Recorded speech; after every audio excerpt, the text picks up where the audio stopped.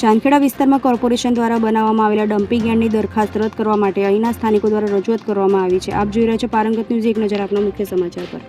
ચાંદખેડા વિસ્તારમાં કોર્પોરેશન દ્વારા બનાવવામાં આવેલા ડમ્પિંગ યાર્ડની દરખાસ્ત રદ કરવા માટે અહીંના સ્થાનિકો દ્વારા રજૂઆત કરવામાં આવી છે। અમદાવાદ મ્યુનિસિપલ કોર્પોરેશન દ્વારા ચાંદખેડા ગામની સીમામાં ટીપી સ્કીમ નંબર 74ની આસપાસ ડમ્પિંગ યાર્ડની સ્થાપનાની યોજના કરવામાં આવી રહી છે, પરંતુ અહીં ડમ્પિંગ યાર્ડ ઊભું કરવામાં આવશે તો ચાંદખેડા વિસ્તારના વિકાસ, આરોગ્ય અને પર્યાવરણને લાંબા ગાળે ગંભીર અસર પહોંચાડી શકે તેમ છે। અહીં ડમ્પિંગ યાર્ડ ઊભું થાય તો મચ્છર, માખી તેમજ અન્ય જીવોનો તથા રોગચાળો ફેલાવાનું જોખમ વધશે, તેમજ નાના બાળકો, વરિષ્ઠ નાગરિકો તથા સમગ્ર વિસ્તારના રહેવાસી આરોગ્ય પર અસર કરશે।